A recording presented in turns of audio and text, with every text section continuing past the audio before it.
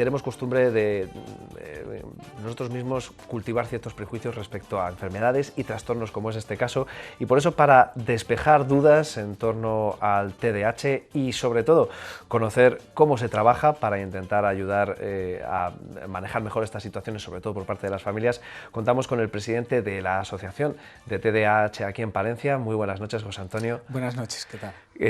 Vamos a empezar aclarando, por ejemplo, que es una cosa que a mí me ha venido muy bien cuando me lo ha comentado antes, la diferencia entre TDAH y TDAH, que es al final lo que más se ve hoy día y tiene su razón, su explicación y su porqué. Exacto.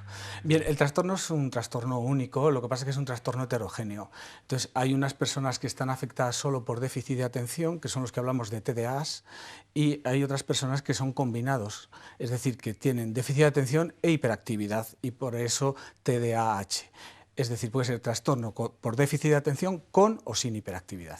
Claro, aclarado eso, vamos a intentar quitar prejuicios y quitar sobre todo esas ideas que muchas veces tiene la gente respecto a este trastorno. Siempre se asocia obviamente a los menores, a los niños siempre se asocia a los más pequeños, pero no significa que solo lo padezcan los menores. Claro, es una asociación falsa realmente.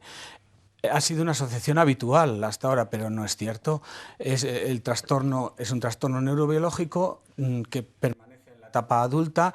En más de la mitad de los que padecieron el TDAH en la etapa infantil son adultos con TDAH. Lo que pasa es que hasta ahora no se diagnosticaba, entonces se hablaba de un trastorno, digamos, de niños, pero no, es falso. Afecta a los adultos y además quizás con una afectación más grave porque no se ha tratado anteriormente y son adultos en general con más dificultades. ¿A qué porcentaje de la población más o menos afecta? Es mayor el volumen entre los menores por lo que comentaba, pero más o menos, porque se haga una idea a la gente. El TDAH es el trastorno más estudiado por la ciencia, por la medicina. Afecta en torno al 5% de la población infantil. Hablamos entre un 5 y un 7% como dato habitual. Nosotros nos gusta decir un 5% de la población infantil. Y como perdura hasta la etapa adulta en más de la mitad de los casos, podemos hablar en torno a un 2,5 o 3% de la población adulta que puede tener TDAH.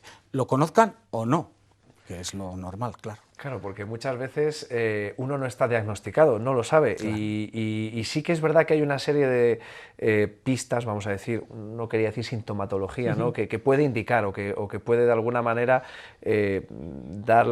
poner sobre aviso en este caso a las familias o a la propia persona sobre este trastorno, ¿no? Sí, en general la labor de alerta se suele dar en los niños en el colegio, es lo más habitual, ¿no? En los centros escolares enseguida ven que los niños tienen ciertas dificultades, que no se centran, que son incapaces de mantener la atención, la concentración, que cualquier mosca que pase a su lado les despista. Entonces, generalmente son los maestros, los centros escolares, quienes dan la voz de alarma. También a veces el propio pediatra que hace el seguimiento habitual del niño, si el pediatra está habituado, que ya lo están prácticamente todos, pues también puede dar la voz de alarma. Es lo más habitual. Bueno, no obstante, estos son solo algunos datos, algunas pistas, vamos a decir, en torno al trastorno, pero para quienes quieran conocer más, acercarse más a este mundo y sobre todo, pues el conocimiento es muy importante a este respecto, lo tienen muy fácil porque el próximo el próximo sábado 24, hay una jornada que han organizado precisamente para intentar aportar más información y que la gente conozca más sobre el trastorno de déficit de atención, ¿no? Así es nuestra 10ª jornada, desde que la asociación se fundó en el año 2009, hemos conseguido organizar anualmente, siempre durante el mes de noviembre, una jornada de sensibilización, de información, y bueno, es un referente también a nivel, yo creo, de Castilla y León, incluso de fuera de Castilla y León, asiste mucha gente, y este año concretamente es el día 24 de noviembre que celebramos nuestra 10ª jornada. Es además en lo que era el antiguo auditorio de Cajaduero, hoy Ibercaja, si no me equivoco. Unicaja. Unicaja, efectivamente. Unicaja Banco. Se me mezclan unos con otros. Al final, con tanto cambio, todavía me tengo que acostumbrar. Nos tendremos que acostumbrar. Es Unicaja. Y, por cierto, yo quiero agradecer a Unicaja porque ha tenido el detalle de cedernos el auditorio, con lo cual hay que reconocerlo también. Claro, y han contado además, pues obviamente como suele ocurrir en estos casos con expertos, que lo que aportan es la última visión, ¿no? Quizás los últimos avances, por decirlo de alguna manera, ¿no?, en cuanto a cómo abordar este trastorno y sobre todo lo que comentaba, para que quien se encuentra en esa situación o las familias que se encuentran en esa situación, que sepan mejor cómo manejarla. Exacto. Nosotros nos gusta traer expertos siempre de referencia nacional e internacional. Y este año, pues como el resto de los años así es, viene la doctora Isabel Orjales Villar, que es una profesora de la UNED, es quizá en el ámbito educativo una de las personas que más conoce el trastorno desde el punto de vista de los docentes, y por eso va a impartir una ponencia específicamente destinada al ámbito docente, a los maestros y a los profesores.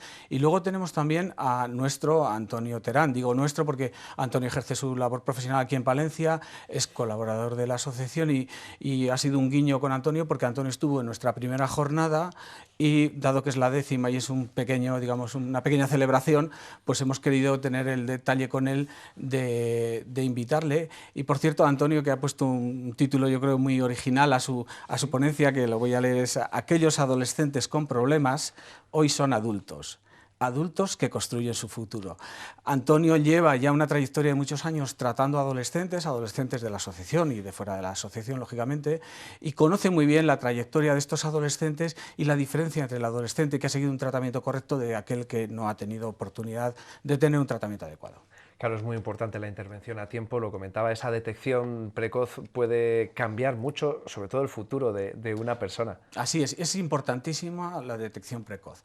Ahora mismo ya estamos cerca de lo que sería el ideal de detección y de diagnóstico, que es en torno a los 7 o 8 años, que es cuando el niño ya ha dejado la etapa infantil y es cuando se puede diagnosticar realmente. Ya estamos recibiendo a la mayor parte de los niños que llegan, las familias que llegan con sus hijos en esas edades, pero hasta hace poquitos años recibíamos personas que llegaban al diagnóstico con 15, 16, 17 años.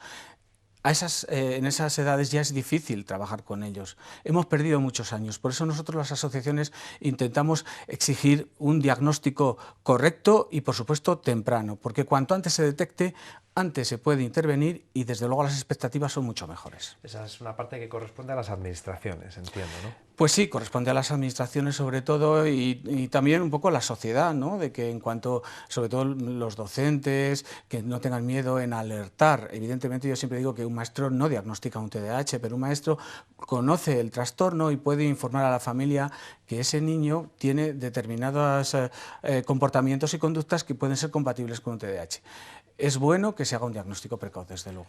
Claro, también es verdad que se oye mucho, o por lo menos yo alguna vez he oído comentar, es que esto antes no pasaba, o no había tanto, como se suele decir. Quizás es porque, por el motivo que sea, quizás se producen más casos ahora, o es precisamente por esa detección precoz, Sí. ¿no? Que se diagnostica y se reconoce que algo que antes no se identificaba, ya sabemos qué es. El trastorno es un trastorno que está descrito en la literatura científica desde el año 1902, que fue un investigador, Steele. La Asociación de las Islas Baleares se llama Asociación Steele en homenaje a este doctor, que fue el primero que publicó en The Lancet, que es un periódico de referencia en el ámbito médico, la descripción de un grupo de niños que padecían TDAH. No lo llamó por ese nombre. Uno de los problemas que hemos tenido es que ha tenido múltiples nombres, pero el trastorno está ahí. Hay unos cuentos de Hoffmann, que fue un médico también alemán, que allá por el 1800 y pico hizo un cuento precisamente el protagonista era su hijo, que era un TDAH clarísimo. El TDAH existe de siempre. Lo que pasa es que no se ha diagnosticado, digamos, de forma habitual como ahora, desde hace 25 años para acá. Yo a veces, cuando doy charlas, pongo una descripción que hacía el doctor Lafora, González Lafora, que era un reconocido pedagogo del primer cuarto del siglo XX en España, donde describe perfectamente los niños. Siempre les hago el ejercicio de leerles el texto, a ver si me pueden decir la época. Siempre dicen que es actual. Es un texto de 1917, donde Rodríguez Lafora ya definió claramente lo que era un niño con TDAH, ¿no? Es un problema de que, bueno, se ha generalizado últimamente, pero son muchas las enfermedades y los trastornos que no se conocían, no se diagnosticaban, y ahora, por suerte, se diagnostican. Bueno, ahora que ya tiene nombre, ya se puede identificar, además lo comentábamos, hay unas pautas para identificarlo. Obviamente, quizás quienes lo más fácil lo tienen para identificarlo son las familias, lo comentábamos también, y los profesores. Quizá por eso también deberíamos destacar que también en este caso el sindicato de docentes AMPE ha organizado, en este caso para el día 22, una charla también Aprender a Educar, que cuenta con la colaboración de Pedro García, que quienes muchos recordarán por el programa Hermano Mayor, y Francisco Castaño. Es en el Ortega el jueves 22 a las 7 de la tarde.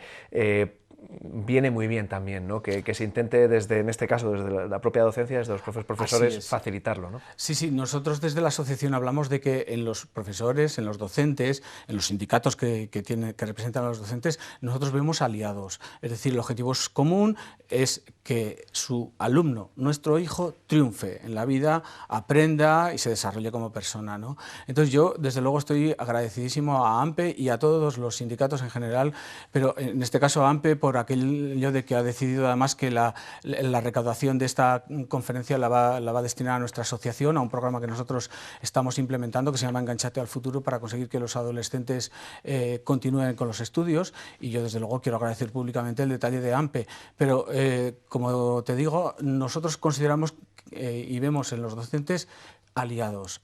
Son aliados naturales. Ellos se encargan de nuestro hijo, de su educación, de enseñarle, y el objetivo es el mismo, es el triunfo de nuestros hijos, de sus alumnos. Ojalá esa visión fuese más generalizada, la de ver a los docentes, digo, como aliados, que muchas veces parece que no es así, pero bueno. Nosotros intentamos que así sea, y en las escuelas de familias que hacemos habitualmente, por ejemplo, esta semana tenemos una escuela de familias en la asociación con 25 padres que están aprendiendo, siempre damos el mismo mensaje y siempre les decimos lo mismo. Un niño puede tener 25 o 30 profesores en toda su etapa educativa y se va a encontrar, pues como no puede ser de otra manera, con todo tipo de profesores, pero realmente tiene solo 2 padres. Y la labor de los padres es fundamental, y en la asociación intentamos eso, ¿no?, con la psicoeducación familiar, que los padres sean unos auténticos padres entrenadores de sus hijos, padres expertos en TDAH. Pero también nos viene muy bien porque forma parte del tratamiento multimodal la labor que se haga en el colegio. De hecho, en la guía de práctica clínica figura el cómo abordarlo en el colegio como una parte más del tratamiento, ¿no? Entonces, para nosotros es fundamental el conocimiento de los docentes, y se está trabajando mucho en esa línea. Nosotros colaboramos con la Dirección Provincial de Educación en los cursos que dan para los maestros, y desde luego no vemos de otra manera que aliados, como no puede ser de otra manera. Bueno, pues vamos a recordar, el jueves en el Teatro Ortega, a partir de las 7 de la tarde, podrán ver esa conferencia, esa charla coloquio organizada por AMPE, y el sábado 24 llega esa jornada especial organizada por la propia Asociación de Palencia de TDAH, recordamos en la sala de Unicaja, pero nos falta lo último, recordar, José Antonio, para todos los espectadores que nos estén viendo y que quieran acudir a la asociación, ¿dónde les van a encontrar? ¿Cómo pueden acudir a ustedes? Nosotros, la charla, bueno, primero la asociación está en el barrio de Paniguindas, en el Centro Social de Paniguindas, pero nos gusta que primero nos llamen por teléfono. Siempre trabajamos con cita previa. Nos llama la persona interesada y recibimos su llamada, y ya concertamos una cita para que esa entrevista sea con tranquilidad y no moleste pues terapias que se estén haciendo, etcétera. Y luego sí que quería recordar que la asistencia a la jornada es gratuita, pero que es necesario inscribirse, y que sugiero que la gente que esté interesada, las personas que estén interesadas, puedan inscribirse a través de nuestra página web, en el portal de inicio de nuestra página web, en la parte de la derecha donde viene inscríbete a nuestras actividades. Ahí pueden poner simplemente su nombre y su correo electrónico, y recibirán un correo de confirmación de que han quedado inscritas. Repito, gratuita. Y recordamos la página web. www.tdah-palencia.es. Perfecto, pues José Antonio, muchas gracias por acercarse y ayudarnos a entender mejor este trastorno, y sobre todo colaborar para que aquellos que tienen que enfrentarse a él lo puedan hacer de la mejor manera posible. Muchas gracias a vosotros por vuestra sensibilidad.